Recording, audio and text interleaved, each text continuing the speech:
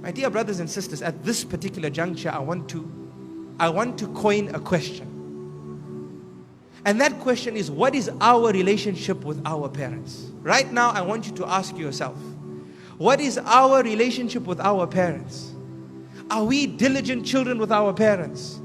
Are our parents truly happy with us? Are there days in our parents' lives when they sit and they wish we would be different children to what we are? Ask yourself this question, especially our mothers. Because Rasulullah sallallahu alaihi wasallam taught us about how the mother has a precedence in our lives over the father. And to make us understand this better, I want you to imagine a mother who writes a letter to her child. What do you think this mother would say in her letter? Would she not say, "My dear son, a long time ago, I received the best news a mother can receive, a human being can receive. And that was the news when I was informed that I was pregnant with you. And my dear child, I cannot express how happy I was on that day." And weeks passed by after that. And my body started changing. And I was scared, because I could not eat except that I would vomit what I ate. And I would feel weak. And my body started expanding as you grew in me. And my dear child, I promise you that with all the fear that I had, I was loving you more with every day that passed. Even though all this was happening to me, the day that I held you became even more dearer to me. And my dear child, those weeks became months. And I became even more heavier, to such an extent where I couldn't stand for long. I couldn't walk for long. And then a time came when I couldn't even sleep on my back, because of the weight of carrying you would cause immense pain on my chest. So I would sleep on my side. But I would fear when I would turn to my side that I might roll onto my stomach and harm you. That was a fear in my mind, my dear child. But I would try my best. And every day that passed, my love for you grew stronger. And my desire to hold you grew stronger.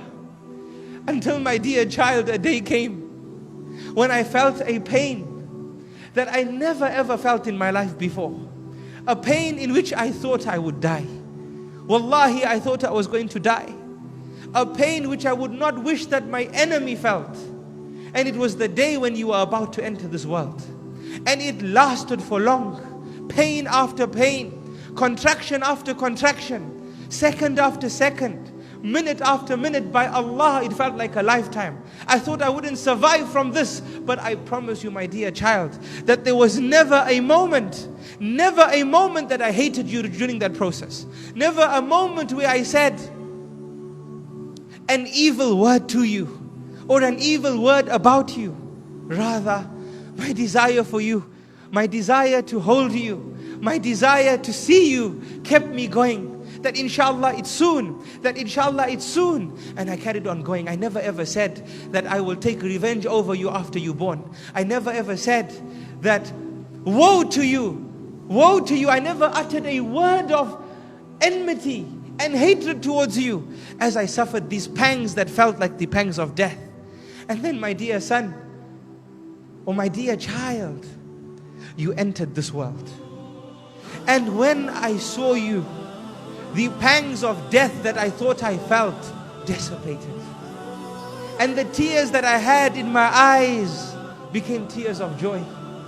And the hurt that I felt in my body became a hurt of joy as I held you and brought you to my chest and smiled and said, Subhana Rabbi al-A'la.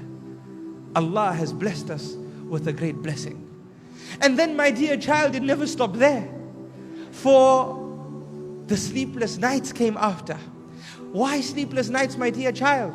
Because I could not tolerate you crying one bit. I would be so tired from looking after you during the day that when I finally got some sleep and you made one sound, it woke me up immediately because it would hurt me that you would be uncomfortable. So I got up and said, rather I be uncomfortable than you be uncomfortable. Allahu Akbar. This is what she probably would write. And I would pick you up and pat your back and make sure you're fed and make sure the milk is at the right temperature so that you would experience utmost comfort. And then you grew up, my dear child. I saw you walking, and before that crawling. And then a day came which was difficult for me. And that was the day when I had to take you to school. And I held your hand, my dear child, and I took you to school. And you cried there. And I cried too. But I had to hold my tears because I knew it was good for you to be there. And I didn't want to make you upset that I was upset as well. So I held my emotions and left you there.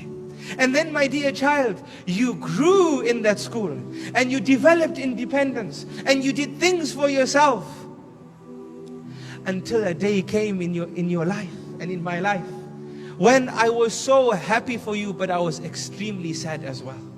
And that was the day, my dear child and my dear son, when you were getting married, when you found someone to get married to. I was so happy for you when I saw your happiness. But I was so sad as well. Why? Because, my dear child, those few things which I love doing for you, somebody else is going to do them for you now. Subhanallah.